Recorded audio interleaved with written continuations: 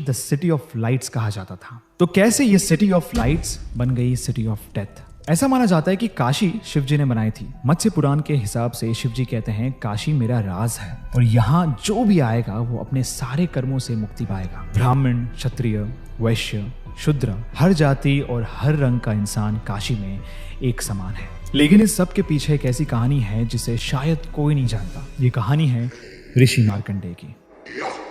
ऋषि मार्कंडेय का जन्म हुआ जब उनके पिता ऋषि मृकंड सालों तक एक संतान पाने के लिए शिवजी की आराधना कर रहे थे। और एक दिन शिवजी उनके सामने प्रकट हुए। शिवजी ने उनकी प्रार्थना सुनी, उसे स्वीकार की, लेकिन उन्हें एक ऑप्शन भी दिया। शिवजी ने ऋषि मृकंड से पूछा कि क्या उन्हें एक ऐसी संतान चाहिए जिसकी बहुत ही लंबी उम्र हो लेकिन वो मूर्ख हो, या फिर एक ऐसी संतान जो बहुत ही ज्यादा अक्लमंद हो लेकिन उसका जीवन सिर्फ 16 साल का हो, यानी कि 16 साल होते ही उसकी मृत्यु हो जाएगी। ऋषि मृकंड ने कहा कि उन्हें एक अक्लमंद संतान चाहिए। शिवजी ने उनकी इच्छा पूरी की और उनकी पत्नी की कोख से जन्म हुआ ऋषि मार्कंडेय का। ऋषि मार्कंडेय इतने बुद्धिमान थे कि उन्होंने बचपन से ही वेदों और शास्त्रों का ज्ञान लेना शुरू कर दिया था। अब जैसे जैसे वो बड़े हुए उनका ज्ञान बढ़ता चला गया और वो एक बहुत बड़े शिव भक्त बन चुके थे। उन्हें अपने भाग्य के बारे में भी पता चल चुका था और इसीलिए 16 साल की उम्र से कुछ समय पहले से ही उन्होंने शिवजी की घोर तपस्या करना शुरू कर दिया था।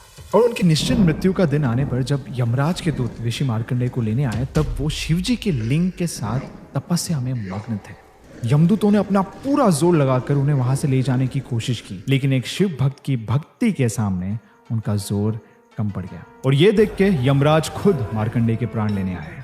यमराज से भयभीत होकर ऋषि मार्कंडेय ने शिवलिंग को कस के पकड़ लिया और अपनी जान को बख्श दिए जाने की प्रार्थना की। यमराज ने जब अपने चाबुक को ऋषि मार्कंडेय के गले में फंसाया तो उसी के साथ उसके फंदे ने शिवलिंग को भी अपने जकड़ में ले लिया। अब ये होने के बाद शिवजी बहुत ज्यादा क्रोधित हो गए और साक्षात वहां पे प्रकट हो गए और अपने भक्त की रक्षा करने के लिए उन्होंने अपने त्रिशूल से यमराज का सर धड़ से अलग कर दिया। एक शिव भक्त के सामने मृत्यु स्वयं पराजित हो गई। ऋषि मार्कंडेय को तो नया जीवन मिल गया, लेकिन यमराज की मृत्यु हो जाने की वजह से पृथ्वी पर जीवन और मृत्यु का संतुलन बिगड़ गया, क्योंकि अब बिना यमराज के किसी की मृत्यु हो नहीं सकती। चारों ओर असुर, राक्षस, पापियों का कहर बढ़ने लगा और संसार में पूरी तरह उथल पुथल मच चुका था। और इस वजह से सारे देवताओं ने मिलकर शिवजी से विनती की कि वो यमराज को दोबारा जिंदा कर दें। शिवजी ने उनकी बात मान ली और यमराज को दोबारा जीवित किया, लेकिन 2 शर्तों पर। पहली ये कि वो ऋषि मार्कंडेय का जीवन बख्श देंगे, उन पर कोई हानि नहीं आने देंगे। और दूसरी ये कि उस दिन के बाद से काशी में यमराज और उनके दूतों का प्रवेश करना सख्त मना है।